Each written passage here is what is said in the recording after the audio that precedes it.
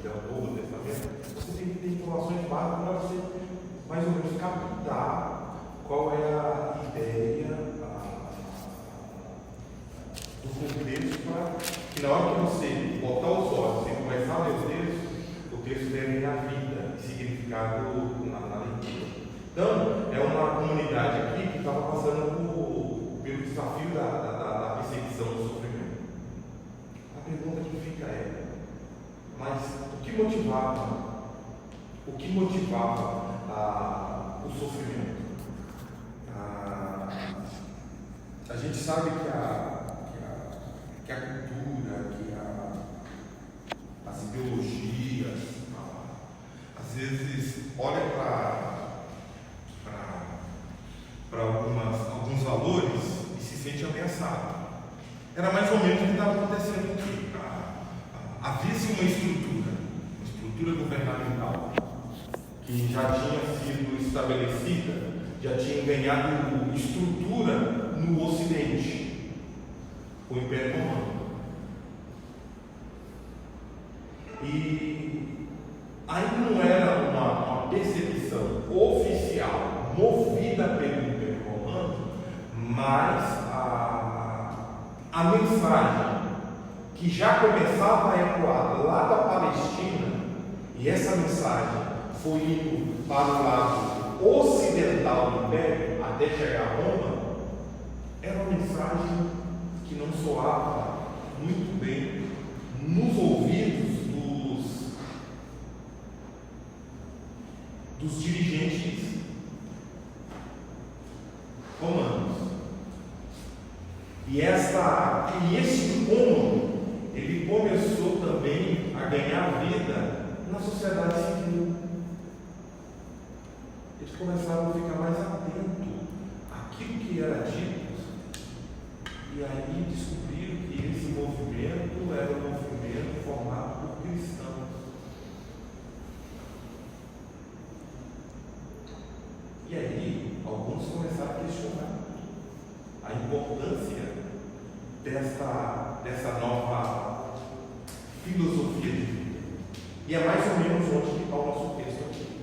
Olha o que diz o texto: e quem vos há de fazer mal, se sois zelosos do bem, mas se sofreis por causa da justiça, bem-aventurados sois. Se a gente sofre por causa da justiça, ok, não tenhais medo nenhum deles, nem fiquem conturbados. Antes, versículo 15: santificai a Cristo, o Senhor, em vosso coração, estando sempre prontos a dar razão da vossa esperança a todos aquele que vô-la pede. Fazei-o, porém, com mansidão e respeito, conservando a vossa boa consciência, para que, se alguma coisa sois difamados, sejam confundidos aqueles que ultrajam o vosso bom comportamento em Cristo. Pois será melhor que sofrais, se essa é a vontade de Deus, ou praticardes o bem, do que praticando. Que versão que é a sua? A minha é a salve idolatrada BJ. A Bíblia de Jerusalém.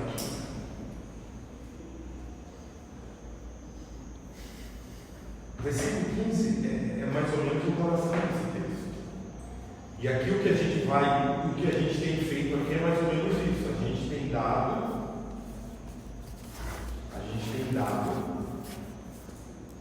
estamos nos preparando para dar a razão à nossa esperança.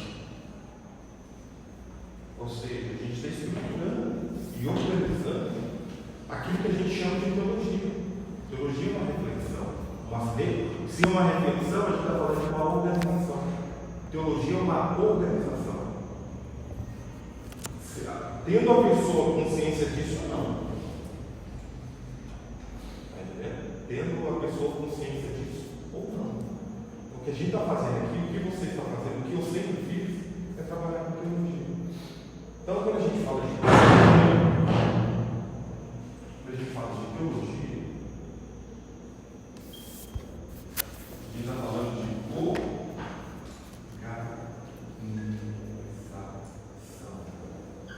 Por isso que o texto vai usar a palavra ali, ele vai usar a palavra razão. Razão está ligado com organização. E teologia é uma organização. É uma estrutura. Está entendendo? É uma estrutura. Então a gente precisa de ter uma organização, porque a partir dessa organização que a gente tiver, estamos prontos a dar a razão da nossa esperança. Então teologia é organização. Professor, só para complementar, o senhor está colocando texto de versículo 15 na versão VFL, ele fala: antes, honre a Cristo como Senhor dos seus corações, estejam sempre preparados para responder a todo aquele que lhe pedir para explicar a respeito da esperança que vocês têm. Essa organização, ela não está solta. Ela está amarrada em alguma coisa. Que coisa é essa?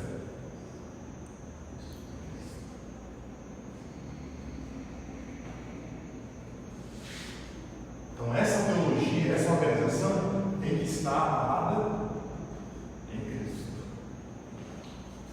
Por isso que quando a gente fala de teologia cristã, a gente está falando de uma teologia que está baseada em Cristo. Então o que a gente vai fazer aqui é estudar a história da teologia cristã. Porque tem muita teologia que a gente ligar o televisor. E o curioso é que a galera atribui aquela organização que está fazendo ali, a teologia cristã. Mas o fundamento dela pode ser qualquer outra coisa, de menos isso. O texto começa, o versículo 15 começa dizendo sobre isso aí, do texto que você lê de novo, a parte inicial. Antes, honre a Cristo como Senhor. Aqui a minha versão, ele vai usar a palavra santificar. Santificação, a ideia teológica de santificação é aquela pessoa que parece com um modelo. Quando Deus disse lá, façamos o homem à nossa imagem e semelhança, está muito relacionado a essa ideia de santificação. Por quê? Porque o homem foi, em certa maneira, ele tinha que refletir a forma original. Como aqui está dizendo aqui, santificar, e o teu texto está dizendo honra, está relacionado a isso. Então a teologia, ela tem que honrar Cristo.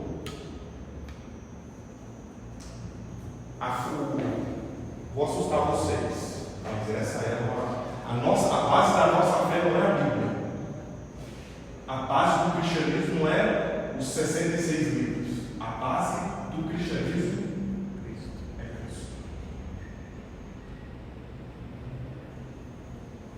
É o fundamento.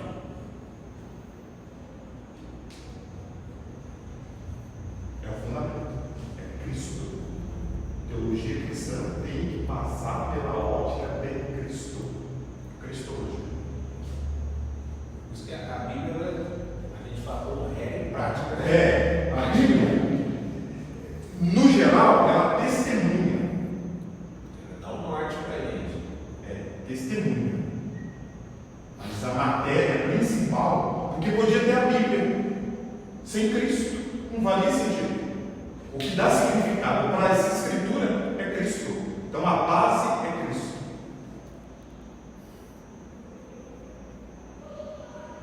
Então, teologia cristã é uma teologia a partir da visão de Cristo. Então, isso é teologia cristã. E é interessante que ele vai falar isso no ambiente de perseguição. Como eu já falei com vocês lá quando a gente estudou teologia contemporânea, eu vou reafirmar de novo aqui, eu vou focar muito na nossa aula, principalmente no período formativo da teologia, abordando alguns temas com vocês aqui, como que as doutrinas foram desenvolvidas ao longo do tempo. A gente, propriamente dito, o trabalho de um teólogo, ele vai acontecer na virada do século I para o século II. Com a morte dos apóstolos, surge então, de fato, aquilo que a gente chama de trabalho teológico. Mas aqui já está dizendo, já no ambiente de perseguição, e a gente pode esquecer que na virada do século também vai se tornar também um ambiente de perseguição, mas aqui, ainda dentro do ambiente dos apóstolos, o escritor dessa carta, ele orienta para essa comunidade que está sendo perseguida. Perseguida por causa de quem? De Cristo. Não está sendo perseguida por causa do apóstolo Paulo, e nem muito menos pelo Antigo Testamento. Está sendo perseguida por causa de Cristo. E aí ele orienta. Vocês, em meio a esse sofrimento, esse medo dessa perseguição, o pessoal vai questionar vocês com relação à fé que vocês possuem. Então você tem que estar preparado. Você tem que organizar isso aí. Os judeus questionando, os judeus também perseguindo. Também. Aqui já não estava muito mais. Aqui o ambiente já era um ambiente já gentil, não é um ambiente judaico mais. Mas a comunidade estava sendo perseguida. Então a gente vai fazer aqui durante esses 7 pontos nossos aqui, é mais ou menos isso, tentar organizar principalmente a história de como essas doutrinas foram sendo formuladas, construídas. Vamos lá? Tite, Pode falar. aqui ele está escrevendo para a igreja que está onde? Aqui ele faz parte, esse aqui é mais uma carta circular. É uma carta circular, ele não tem um destino propriamente dito. Essa carta aqui seria lida em várias comunidades, que provavelmente seria na região da Ásia Menor. Então, várias igrejas teriam acesso a esse escrito. Está entendendo? Que a gente chama de cartas gerais, católicas ou cartas católicas. Por quê? Porque não tem um destinatário fixo, como é na maioria das vezes a carta de Paulo, as cartas de Paulo, aos romanos, aos filipenses. Essa aqui não. Essa aqui provavelmente é uma carta circular, que circularia em uma região que era composta por algumas igrejas. Tá bom? Clementino, qualquer coisa da gente. A reflexão da igreja. Então, a gente já começa aqui, já dizendo que teologia é uma reflexão. De quem, gente? Da igreja. Ou seja, não uma reflexão de Deus, no sentido que Ele que pensou para formar a teologia, não. É uma reflexão da igreja. Está entendendo?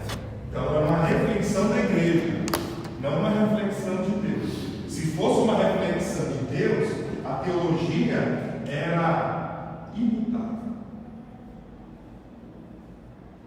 Ela não precisaria de evoluir ou evolução.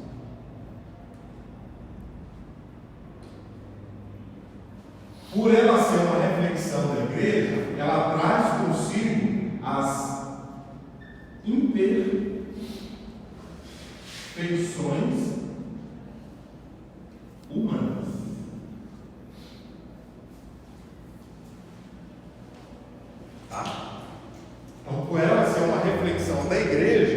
ela traz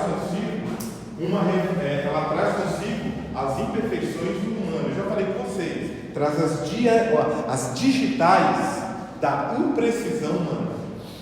Por isso que a teologia frequentemente precisa ser atualizada de fato. Por quê? Porque a teologia é uma reflexão da igreja, ou seja, ela é uma reflexão humana. É uma reflexão humana. Então a teologia é uma reflexão humana. Ok? Até aqui? Então não se esqueça disso. Por isso que ela precisa de estar sempre passando pelo processo de... A galera tem medo de falar essa palavra aqui, mas não precisa ficar com medo não. Por isso que a teologia precisa de sempre se estar atuando. Isso.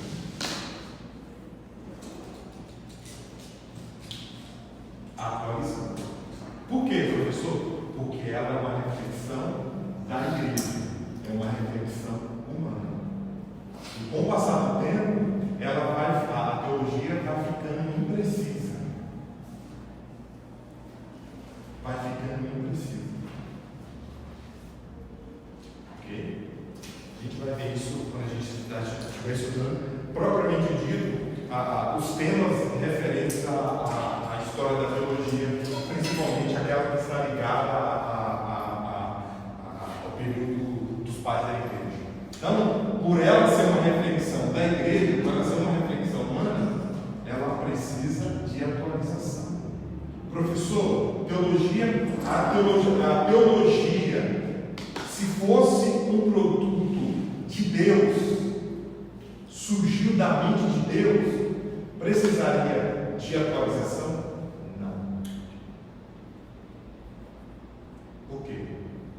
Porque a teologia até não seria teologia. Não seria teologia. Mas eu estou aqui conjecturando com vocês. Ela traria em si as marcas de Deus. E uma das marcas de Deus é que Ele é preciso.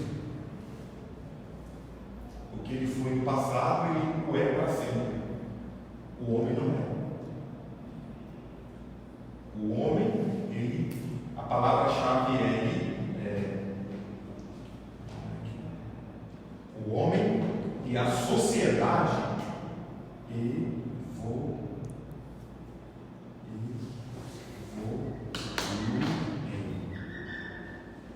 e por evoluir,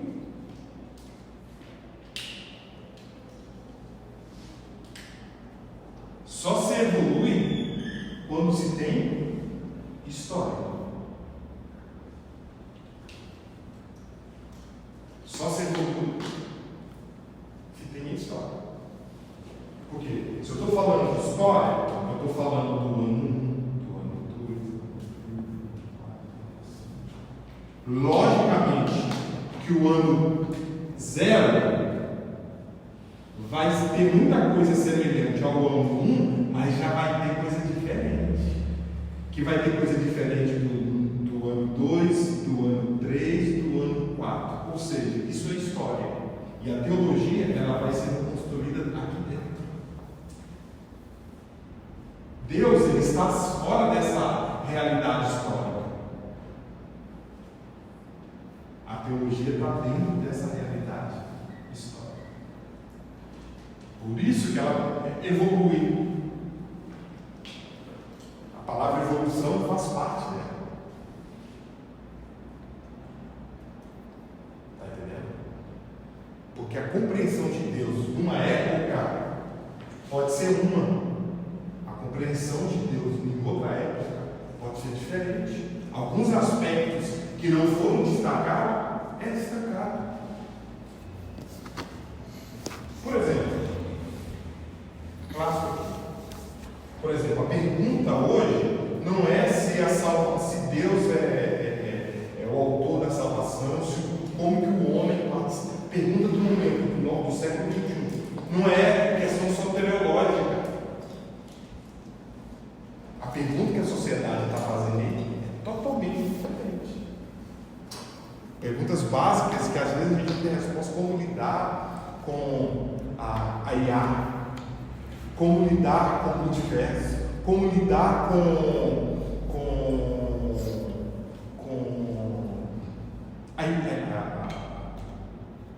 as redes digitais.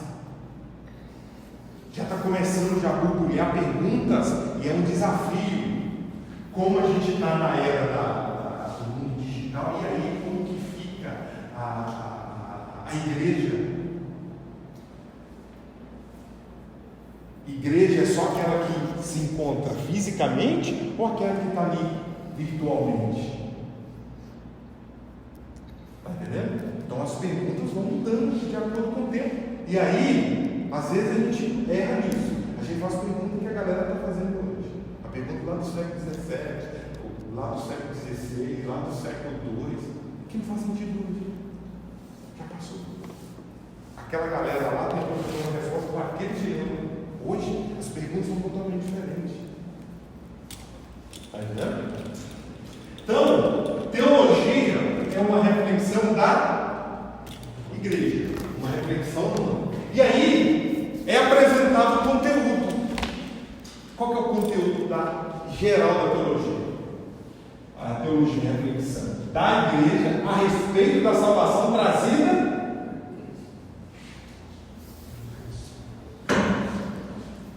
Está entendendo? É a reflexão da igreja a respeito da salvação trazida por Cristo. Por isso que a teologia que a gente vai estudar não é qualquer teologia. É a teologia cristã. Porque ela fala a respeito da salvação trazida por Cristo.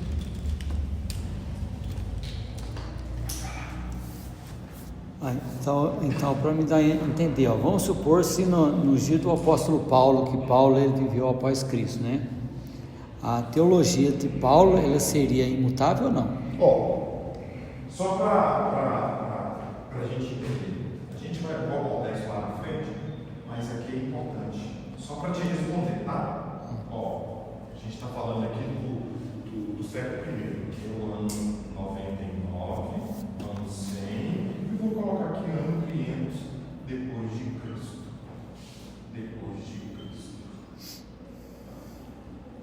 Então, o apóstolo Paulo, aqui você fala, vou colocar ele no ano 40 depois de Cristo. Propriamente dito, teologia, ela vai acontecer a partir do ano 100, depois da morte dos apóstolos. Teologia propriamente dita, o que a gente está trabalhando aqui, é a teologia que vai surgir a partir do ano 100, ou seja, a partir da morte de todos os apóstolos, aqueles 12 que faziam parte do ministério terreno de Cristo. Com a morte deles, surge teologia.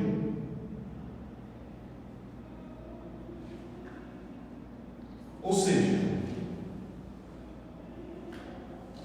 após a morte dos apóstolos, há uma mudança de contexto histórico, mudança de desafios. Perguntas que eram feitas quando Paulo estava vivo já não faz mais. Por quê? Porque agora a população, a sociedade, o mundo daquela época está fazendo perguntas totalmente diferentes. E aí a igreja vai tentar buscar a resposta a esses dilemas, a essas perguntas que estão sendo feitas. Mas é a igreja. Se o apóstolo Paulo tivesse vivo, sagrado, você está querendo fazer eu acho que você está querendo fazer um paralelo entre teologia e o texto sagrado. O texto sagrado, segundo a tradição normalmente diz, que é o texto sagrado do Novo Testamento, ele partiu de Deus. A Bíblia, ela partiu de Deus. A teologia partiu do homem. Veja bem, pastor, o apóstolo Paulo, a referência do apóstolo Paulo, ele baseava no Velho Testamento. Então ele sistematizou, assim, os trechos ou as passagens bíblicas do Velho Testamento, fazia uma ligação para o Novo Testamento, para que trouxesse entendimento para a geração que estava ouvindo o Paulo. Então, segura aí, então. Quando ele estava fazendo isso, que a gente lá no futuro chamaria de sagrado, ele mesmo não tinha essa noção. Mas ele era até. Tá entendendo? Aí ele vai começar, por exemplo, a escrever lá Romanos. Aí começa a escrever Romanos. Ele não tinha noção que aquilo que ele estava escrevendo era de fato algo sagrado, que teria repercussão para o futuro. Ele não tinha essa noção. Por que eu estou falando isso? Porque o Paulo não escreveu apenas Romanos. Tem muitos outros escritos que ele escreveu, mas que não é sagrado. Se fosse classificar, seria teologia. Ele não cita uma carta em 1 Coríntios, a gente chama de carta perdida. Essa carta perdida, se a gente for dar um nome para ela, seria um trabalho teológico. Sim. Está entendendo? Está entendendo? Sim. O próprio Paulo seria o teólogo. Exato. Se a gente for pegar essa classificação aí, entre sagrado, texto sagrado e teologia, seria um trabalho teológico. Pode continuar. Acho que é só isso mesmo. Só isso então, mesmo. essa não pode. Ele não tinha noção, então. Não tinha noção. Entendeu? Ele não tinha noção. Ele não tinha noção. Por que ele não tinha noção? Porque ele estava lidando, a gente chama os escritos do Novo Testamento são escritos ocasionais. O que é escritos ocasionais? Eram escritos que foram desenvolvidos a partir de uma necessidade específica. Foi estudado isso aí. Está entendendo? E aí, a partir dessa necessidade específica, se elaborou Romanos, foi escrito 1 Coríntios. Então tinha uma demanda, e essa demanda exigia uma resposta. Está entendendo? Então, se a gente for, vamos dar um stop com relação a de fato mesmo o trabalho teológico só depois da morte. Se a gente retroceder, aqueles escritos que não entrou no cânon é trabalho teológico. Professor, que nem o senhor disse aí, Paulo, quando ele está escrevendo as cartas, na limitação humana dele, ele está acreditando ali numa limitação, né? Ele está escrevendo ali para a igreja de Coríntios, para aquela comunidade, com aqueles problemas, em cima daquele contexto, né? E Paulo não tem essa ideia, né? De na geração futura, né? Chegamos aqui em 2025, nós bebemos dessas fontes, tem uma palavra com regra de fé e conduta, como o André disse, né? Tem Romanos, né? Alguns falam que a teologia de Paulo é Romanos, não é a teologia de Paulo, né? Paulo escreve ali, Romanos ali, de autoria de Paulo, ainda que o outro não foi de punho, né? Mas é Paulo, né? A mente ali, né? Veio de Paulo, né? E aí, em cima de Romanos, pessoas ao longo do século fizeram teologia, né? Martinho Lutero, a espinha dorsal de Martinho, da teologia de Lutero é Romanos, né? O justo viverá pela fé, né? Que ele pega aquilo ali e trabalha. Não, que, por exemplo, as conclusões que Lutero teve de Romanos é um trabalho teológico, né? Teológico, então, aí o que é Lutero fez teologia. O que você acabou de falar aí, você está fazendo teologia.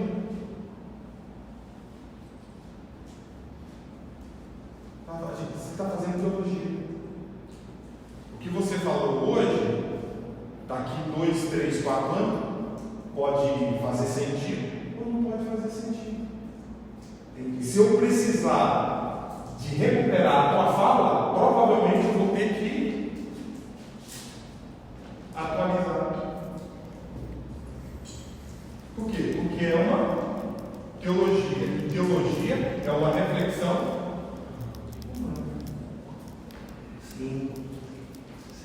isso que aí volta novamente a dúvida, o apóstolo Paulo seria, no dia de Paulo, seria imutável por ele ser o apóstolo e ter a mente de Cristo? Então, ele não tinha essa consciência. Se ele não Primeiro, tivesse essa ele consciência, não tinha essa consciência.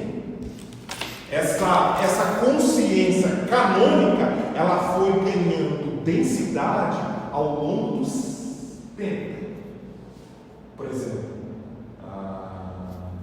no final do século I, não tinha consciência de um cânone, de que o que o apóstolo Paulo havia escrito, o que Mateus havia escrito, outros autores,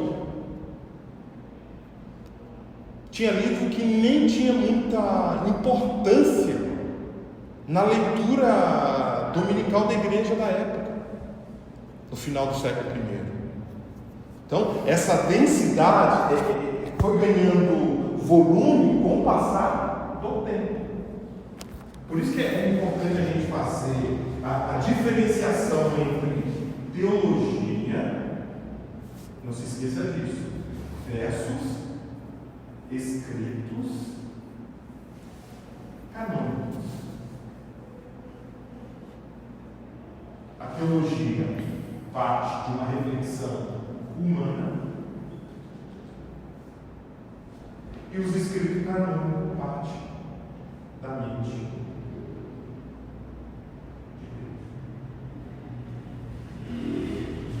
Aqui acredita que é imutável.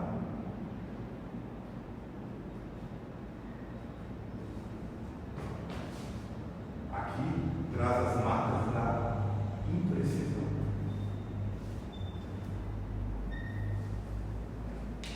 Está entendendo? Então, essa distinção a gente precisa de fazer.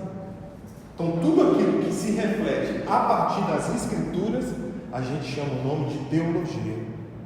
Então, se o sujeito está lá na igreja, lá descendo o pó da teologia, aquilo que está fazendo ali é teologia. Por isso que a gente pode sim ter os nossos pregadores prediletos, a gente pode ser que lá e tal, mas não se esqueça, aquilo que ele profere lá no púlpito é teologia. E está passível, e é passível de avaliação. Por quê? Porque aquilo que ele está fazendo carrega consigo os sinais da imprecisão. Repetir a última palavra que entendeu sobre aquele que mete pau na teologia. Não, então, aqueles que metem pau lá, teologia do diabo, ele já está fazendo teologia. Teologia do diabo, aquilo que ele está falando lá é teologia. Por quê? Teologia é uma reflexão a partir das Escrituras. Então, tudo que eu faço, tudo que eu escrevo, o cântico da igreja é teologia. Não tem como a gente desvencilhar de teologia. Você gostando ou você não gostando. Por quê? Porque a teologia é uma reflexão. Então, todo pensamento a partir das Escrituras, ou, num conceito mais básico, a partir de Deus, já é teologia. É uma mera conversa sobre essa Teologia. Se o sujeito lá, um ateu, levanta na cama e pensa em Deus, ele está fazendo teologia. Então, meu amigo, teologia é um negocinho que não tem como se desvencilhar. O sujeito está questionando a vida, ele está fazendo uma elaboração filosófica, mas também teológica. Tá? Então, a teologia é uma reflexão da igreja a respeito da salvação trazida por Cristo, se é a respeito de Cristo e a respeito do Evangelho da salvação proclamada e explicada pelos apóstolos do século I.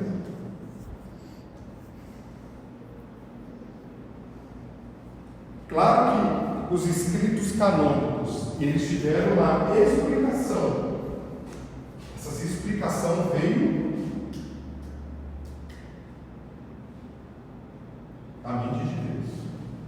Aqueles livros que não foram incluídos, que a gente chama de pseudográficos, de apócrifo e tudo mais, e outros livros de Daquê, primeira e segunda carta aos Coríntios, escrito por Clemente, isso a gente se encaixa em teologia.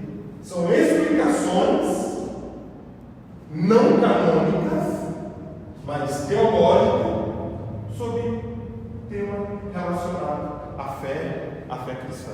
E aí, só pular para o próximo aqui, sintetizando aqui, quando a gente fala de teologia, a gente fala de reflexão, a gente fala de organização, a gente fala de razão. Então, por que às vezes muita gente é contra a teologia? Porque a teologia tem um método, a teologia tem uma estrutura. Está entendendo? Ela tem uma estrutura, ela organiza a fé. O sujeito veio para o seminário, estudou e tal. Muito disso está relacionado com essa organização. Ele não tinha muita consciência das coisas, e aí ele vem para cá e começa a organizar esse negócio na cabecinha dele.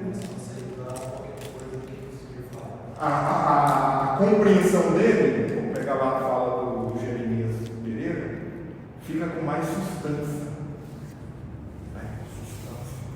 Então, teologia é reflexão. Uma outra coisa que a gente às vezes esquece: teologia tem pertencimento. Ela é comunitária. Ela pode ser feita isoladamente, no trabalho solitário, mas ela só ganha sentido com a ideia de pertencimento. Ela só ganha sentido no ambiente comunitário, no ambiente eclesial da igreja. A teologia, ela é uma produção para a igreja. No final das contas, quem é beneficiado com o trabalho teológico do teólogo é a igreja. Até porque os livros canônicos também foram escritos para a igreja. Por isso que ela tem esse viés a teologia tem esse viés de pertencimento, de conteúdo, tá? De pertencimento. A teologia também tem um conteúdo. O conteúdo principal aí é o Evangelho, que é o próprio Cristo. É a própria mensagem da teologia. Por isso que a gente está aqui e vai estudar teologia cristã. Então, o conteúdo de reflexão da teologia é o próprio Evangelho, é o próprio Cristo. Não é um conceito filosófico. Não, é uma pessoa histórica. Uma pessoa histórica que encarnou em si a divindade, que era o próprio Deus. Então, esse é o conteúdo da teologia. Oi, vai falar. No caso, você falou que, bem, os escritos canônicos saíram da mente de Deus. Paulo, você fala, cita a descrição dele que ele foi escolhido aos pés de Gamaliel. Também seria considerado estudos teológicos ou não? Não, é sim. A gente está falando aqui, é porque a gente normalmente atribui na verdade, o nome correto seria, para ser mais preciso, seria teologia judaico-cristã, que seria o nome correto para a gente. O que você vai estudar? A gente está estudando teologia judaico-cristã.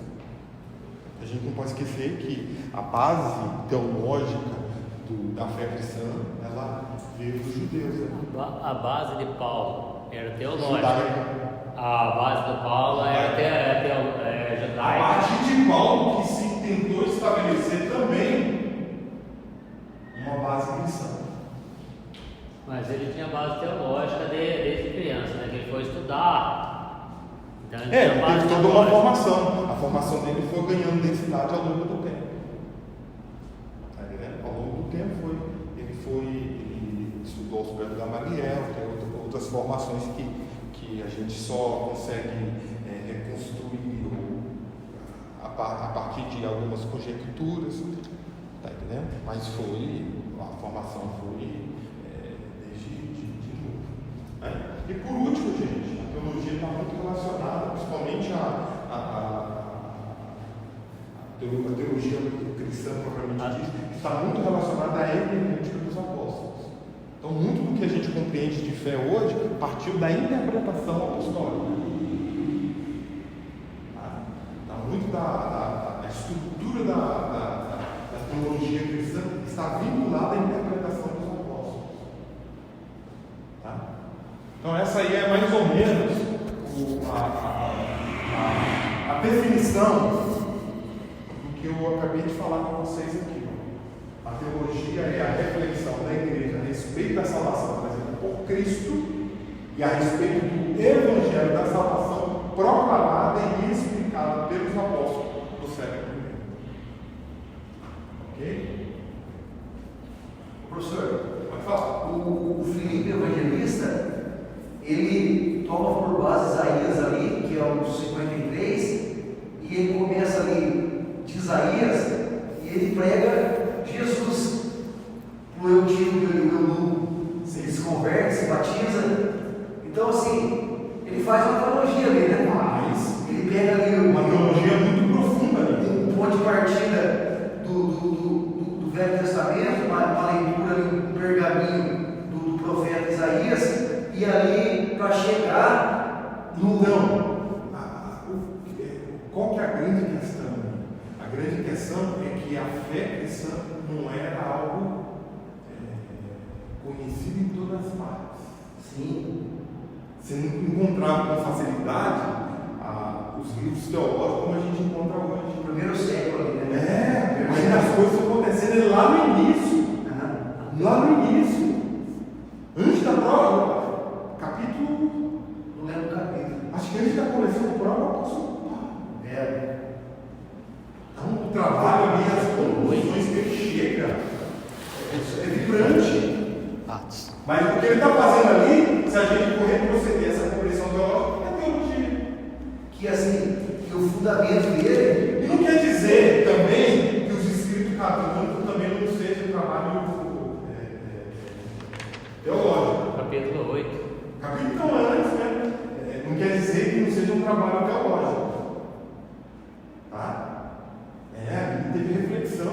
No momento em que as coisas estavam acontecendo, que ele não tinha consciência do que ele estava escrevendo, ele estava fazendo teologia. Lá na frente, não, esses escritos aqui são diferentes. É mais do que teologia. É mente de Deus aqui. Então vamos classificar esses livros aqui como canônicos. Os demais são tudo teológico. Porque apesar de ter ali uma mente humana, eles conseguiram e perceberam que havia uma mente maior por trás. Coisa que eu, como teólogo, não tenho. Por exemplo, a ação do Espírito Santo sobre esses homens que elaboraram esses escritos sagrados não acontece mais. Aconteceu apenas naquele momento e cessou e acabou. Então a igreja começou a enxergar, caramba, esses livros aqui são diferentes. E aí eles começaram a organizar até chegar nesses livros que a gente conhece hoje como livros canônicos. Mas inicialmente era só teologia, era somente humana. Depois que eles viram que havia atrás dessa mente humana tinha uma mente maior, uma mente divina. Então, pastor, no caso, olha bem para você ver. O senhor citou, se o apóstolo Paulo tivesse hoje, então as falas dele, que ele veio falando, haveria seria autorização? Teria autorização hoje? Seria só teologia. Claro, irmãos, teologia, seria só teologia, isso. Exatamente. Por quê? Porque o que aconteceu seja no Antigo Testamento, seja no Novo Testamento, Aí deu um nó na teve cabeça. início, teve um meio, teve um fim. Teve um início, teve um meio, teve um fim. O que aconteceu aqui não aconteceu depois. Não acontece hoje. O que a gente escreve hoje é só teologia. O que esses homens escreveram hoje, a gente olha para trás, não. Esses são livros canônicos. Ou esses livros são canônicos. E não todos, apenas alguns. Apenas alguns. Teve autores que escreveram livros, por exemplo, a gente citou o apóstolo Paulo, escreveu livro, e esses livros que ele escreveu não foram reconhecidos como canônicos. Está entendendo? Não foi reconhecido como canônico. Então, totalmente diferente, totalmente. Está entendendo? Maravilha. Deus abençoe vocês. Eu vou colocar lá no estudo.